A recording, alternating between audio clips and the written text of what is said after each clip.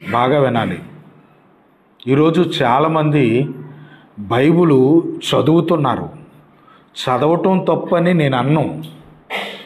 వింటున్నారా? బైబిలు చదవటం మంచిది. నేను కాదు, పరిశుద్ధ గ్రంథమైన బైబిల్ ఏం చెబుతుందంటే, నేను 50 సార్లు బైబిల్ పూర్తిగా చదివానండి.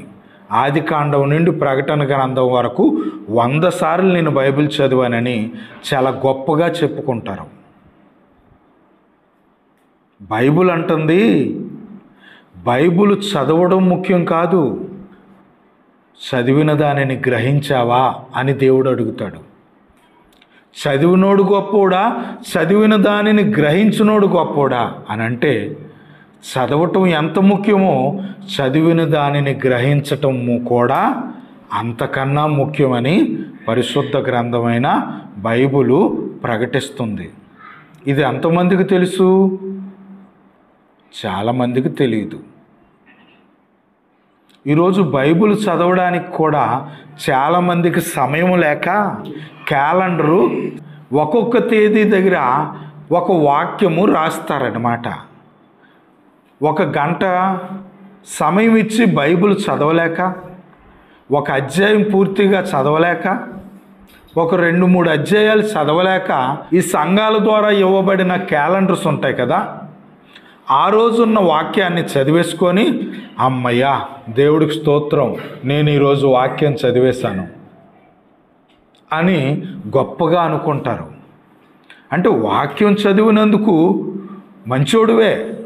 వాక్యము చదవటము, బైబిల్ చదవటము ఎంత ముఖ్యమో బైబిలుని గ్రహించుకొని ఎదగటం కూడా అంతే ముఖ్యమని పరిశుద్ధ గ్రంథమైన బైబిలు ప్రకటిస్తుంది. బైబిలు చదవాలి, చదివిన బైబిలులో ఉన్న వాక్యాన్ని గ్రహించాలి. 10 సార్లు బైబిల్ చదివావు, 10 సార్లు పూర్తిగా బైబిల్ చదివావు, కానీ 10 సార్లు బైబిల్ని గ్రహించావా? అందులో ఏం రాయబడిందో? చాలామంది బైబిల్ చదివి ఆగిపోతున్నారు. యెషయా గ్రంథము 34వ అధ్యాయము 16వ వచనము, దేవుని గ్రంథమును పరిశీలించి చదువుకొనిడి. దేవుని గ్రంథమైన బైబిలును చదవాలా, పరిశీలించి చదవాలా? ప్రతి క్రైస్తవునికి, ప్రతి సేవకుడు ఏం చెప్పాలంటే, మీరు ఇంటికాడ ఉండేటప్పుడు బైబిల్ చదువుతున్నారా లేదని అడగాలి. నేను బైబిల్ను చదువుతున్నాను అనేవాళ్ళు సంఘంలో ఉంటారు.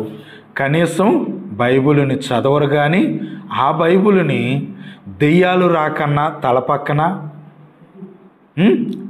పీడకలలు రాకన్నా తల కిందన పెట్టుకుంటారన్నమాట. దేవుడు రాయించిన ప్రతి మాట మన బ్రతుకులను కట్టడానికి, దేవుడు రాయించిన పరిశుద్ధ గ్రంథములో దేవుడు రాయించిన ప్రతి మాట కూడా మన బ్రతుకుని సరిదిద్దుకోవడానికి, మన ప్రవర్తనను బాగు చేసుకోవడానికి దేవుడు తన భక్తులైన వారి ద్వారా పరిశుద్ధాత్మ ప్రేరణించి రాయించి మన దగ్గరికి తీసుకొచ్చాడు. పరలోకములో ఉన్న ఆయన దేవుడని, ఆయనే భూమి మీద ఉన్న మనుషులను చేశాడని, ఆ మనుషులకి తన గురించి తెలియాలని, తన దగ్గరికి రావాలని, ఆ రావటానికి ఎలాంటి ఆలోచనలతో బ్రతికితే పరలోకం వెళ్తామో ఆ విషయాలన్నీ కూడా మనకు తెలియజేయటానికే దేవుడు ఈ పరిశుద్ధ గ్రంథమైన బైబిలును మనకి రాసి తన భక్తుల ద్వారా ఇచ్చాడనమాట. అంటే నిజాలు మీకు తెలియాలని మాట్లాడుతున్నాను.